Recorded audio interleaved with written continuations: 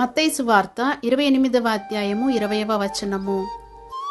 ఇదిగో నేను యుగ సమాప్తి వరకు సదాకాలము మీతో కూడా ఉన్నాను అని సెలవిస్తున్నటువంటి మాట.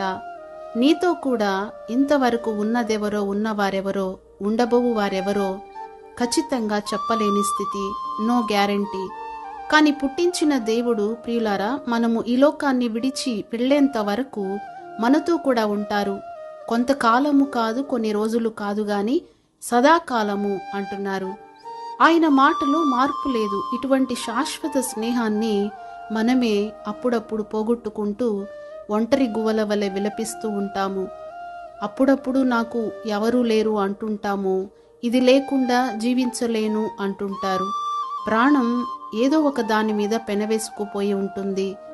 ఏది ఏమైనా నీ యేసుతో ఉన్న నీ బంధం, నీ స్నేహం, నీ సహవాసం తెగిపోకుండా ప్రార్థన ద్వారా కట్టి భద్రపరచుకోవాలి. ప్రార్థన అనే కనెక్షన్ తెగిపోతే ఆత్మీయ జీవితంలో నీ శ్వాస ఆగినట్లే. ప్రియ సహోదర సహోదరి, ఆగి ఆలోచించి నీ ప్రాణం నీ యేసుతో పెనవేసుకొని జీవించుటకు ఇష్టపడుదువుగాక. అట్టి తీర్మానం కలిగిన ప్రతి ఒక్కరికి మన యేసయ్య సదాకాలము తోడయుండునుగాక. ఆమేన్. ప్రేమగల తండ్రి, పరిశుద్ధుడా, మీకు స్తోత్రం చెల్లిస్తున్నాం నాయనా.